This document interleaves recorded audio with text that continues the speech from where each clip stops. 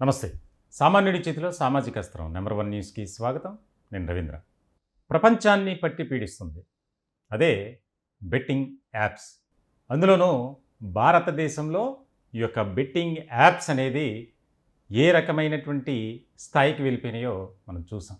అంటే ఈజీ వేలో డబ్బు సంపాదించాలి అని కోరుకునేటువంటి యువతను టార్గెట్గా చేసుకునేటువంటి ఈ యాప్స్ ఎంతోమంది జీవితాల్లో విషాదాన్ని నింపింది. కోట్లాది రూపాయలు నష్టపోయినటువంటి పరిస్థితి.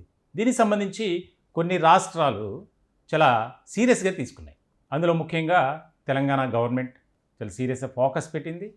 ఈ మధ్య ఎవరైతే ఆ బెట్టింగ్ యాప్స్ కానీ ఆన్లైన్ బెట్టింగ్ యాప్స్ కొన్ని ఉన్నాయి వాటి గురించి ప్రమోట్ చేస్తున్నటువంటి దాదాపుగా 25 మందిపై కేసులు నమోదు చేశారు. ఐటీ యాక్ట్ ప్రకారం, అలాగే దానికి సంబంధించినటువంటి గేమింగ్ యాక్ట్ ప్రకారం. వారిలో ప్రకాష్ రాజ్, దగ్గుబాటి రానా, చాలామంది ప్రముఖులు ఉన్నారు. బుల్లితెర నటులు ఉన్నారు. దాదాపుగా 25 మంది ఇప్పుడు కూడా విచారణ ఎదుర్కొంటున్నారు. ఇటువంటి తరుణంలో తాజాగా ఒక కీలకమైనటువంటి పరిణామం చోటు చేసుకుంది. ఎన్ఫోర్స్మెంట్ డైరెక్టరేట్ ఈడీ అధికారులు కొంతమందిపై కేసులు నమోదు చేశారు. వారికి నోటీసులు ఇచ్చారు.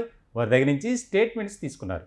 వారిలో ప్రధానంగా సోనూ సూద్, అలాగే ఊర్వశి రౌతేలా, వారే కాకుండా ప్రముఖ క్రికెటర్లు హర్భజన్ సింగ్, యువరాజ్ సింగ్, సురేష్ రైనా, ఈ ముగ్గురిని ఎన్ఫోర్స్మెంట్ డైరెక్టరేట్ అధికారులు విచారించి చాలా కీలకమైనటువంటి అంశాలను తెలుసుకున్నారు.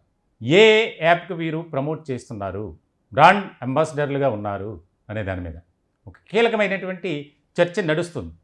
అంటే ఇప్పటి వరకు ఆంధ్రప్రదేశ్ అలాగే తెలంగాణ రాష్ట్రాల్లో కేసులు నమోదయ్యాయి. ఇతర రాష్ట్రాల్లో కూడా కర్ణాటక కానీ, తమిళనాడు కానీ, పంజాబ్ కానీ ఇట్లా. అయితే ఇప్పుడు తాజాగా ఎన్ఫోర్స్మెంట్ డైరెక్టరేట్ అధికారులు రంగంలోకి దిగటం అనేది, దిగిన తర్వాత ఈ ప్రముఖుల్ని విచారించడం, స్టేట్మెంట్ తీసుకోవడం.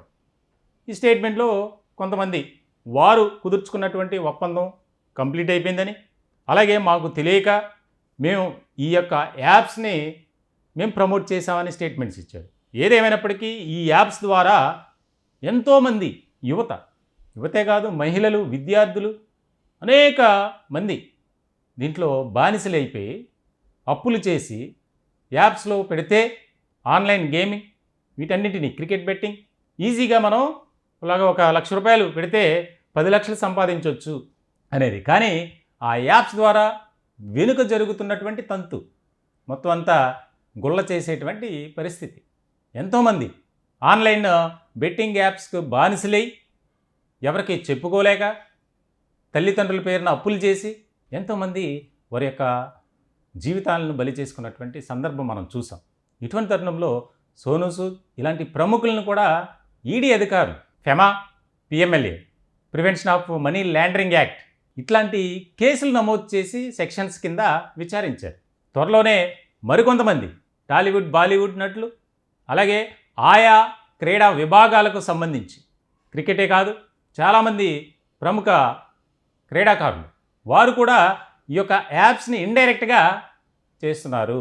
ఇవి కిల్లింగ్ యాప్స్ అనేది ప్రతి ఒక్కరికి తెలిసినటువంటి అంశమే. దీని ద్వారా సైబర్ క్రైమ్ అనేది పెరుగుతుంది.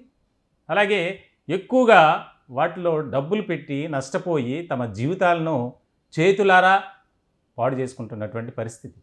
ఎవరికి చెప్పుకోలేక ఆత్మహత్యలు కూడా చేసుకుంటున్నారు.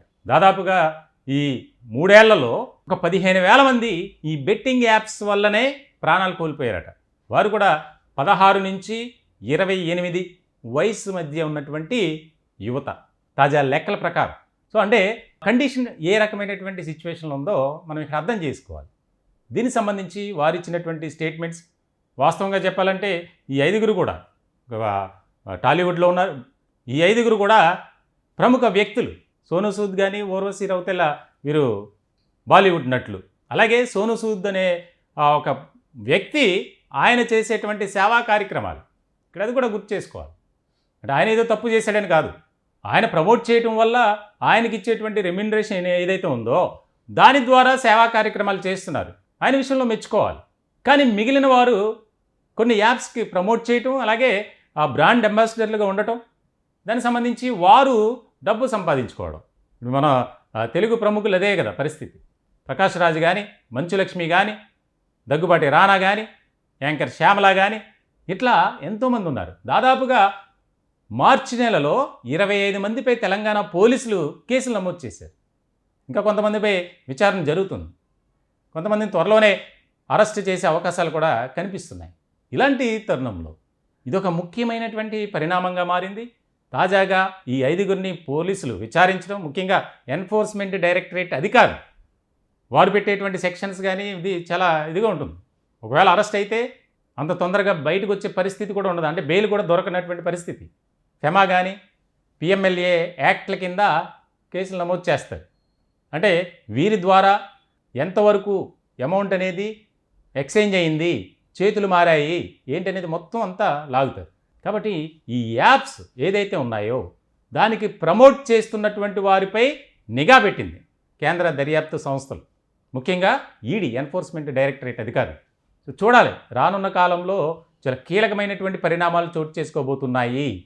ఎవరైతే ఈ యాప్స్ను, బెట్టింగ్, కిల్లింగ్ యాప్స్ను ప్రమోట్ చేశారో దాని ద్వారా వారు ధనార్జన అంటే లాభం చేకూరుతుందో అటువంటి వారిపై నిఘా పెట్టి వారిని ఖచ్చితంగా శిక్షించాలి అనే డిమాండ్ ఎక్కువ అవుతుంది. ఎందుకంటే పరిస్థితులు చేతులు మారుతున్నాయి. అంటే ఒక రకంగా చెప్పాలంటే ఎంతోమంది యువత ముఖ్యంగా ప్రాణాలు కోల్పోతున్నటువంటి పరిస్థితి. ఆ కుటుంబాల్లో తీవ్రమైనటువంటి విషాదం.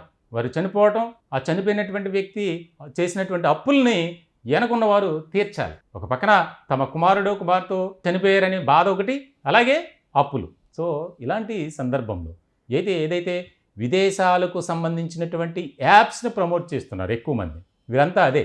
సో దాని మీద కీలకమైనటువంటి విచారణ జరుగుతుంది. త్వరలోనే కొంతమంది క్రికెటర్లను, అలాగే బాలీవుడ్, టాలీవుడ్ నటులను కూడా విచారించే అవకాశం ఉంది ఈడీ అనేది స్పష్టంగా తెలుస్తుంది. ఈ టాపిక్పై మీ విలువైనటువంటి అభిప్రాయాలు, సలహాలు, సూచనలు కామెంట్ రూపంలో తెలియజేయండి. దయచేసి మా ఛానల్ని సబ్స్క్రైబ్ చేసుకోండి. Thank you.